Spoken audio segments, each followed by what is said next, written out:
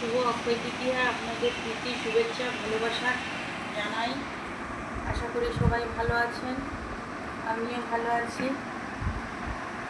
দুপুরের লাঞ্চ নিয়ে চলে এলাম বন্ধুরা। আজকে সেরকম কিছু রান্না করিনি। এই যে চিংড়ি মাছের টক সেদিনকার করেছিলাম, মানে চিংড়িই নয় চিংড়াটি, চিংড়া মাছের টক সেদিনেও করেছিলাম। আজকে ওই চিংড়া মাছের টক করেছি কাঁচা আম দিয়ে।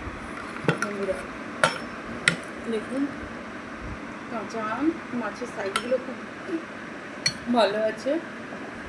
কাঁচা আম দিয়ে মাছের টক করেছি, ভেড়ি আর কুমড়ো দিয়েছি।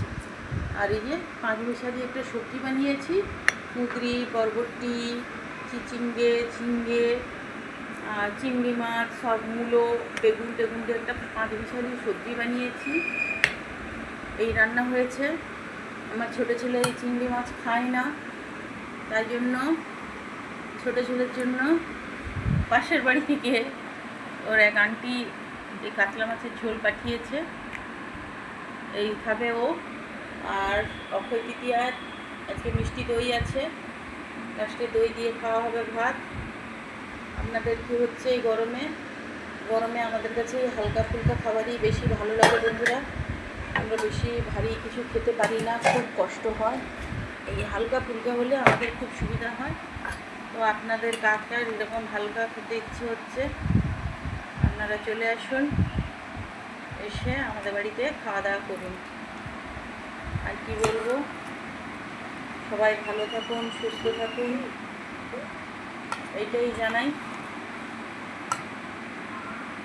ঠিক আছে বন্ধুরা, রাখলাম এই পর্যন্ত। যদি ভিডিওটা ভালো লাগে লাইক কমেন্ট শেয়ার করবেন, ফলো করবেন, পাশে থাকবেন, সাবস্ক্রাইব করবেন,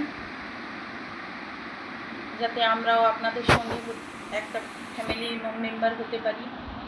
আপনারা এইভাবে সহযোগিতা করলে নিশ্চয়ই আমরা থাকবো এইভাবে, নইলে আমাদেরকেও হয়তো চুনোপুটির মতন কোথাও উধাও হয়ে যেতে হবে। একটু হেল্প করুন বন্ধুরা, আর কি বলবো। ওকে, খাওয়া দাওয়া করুন, আমরাও খাওয়া দাওয়া করছি।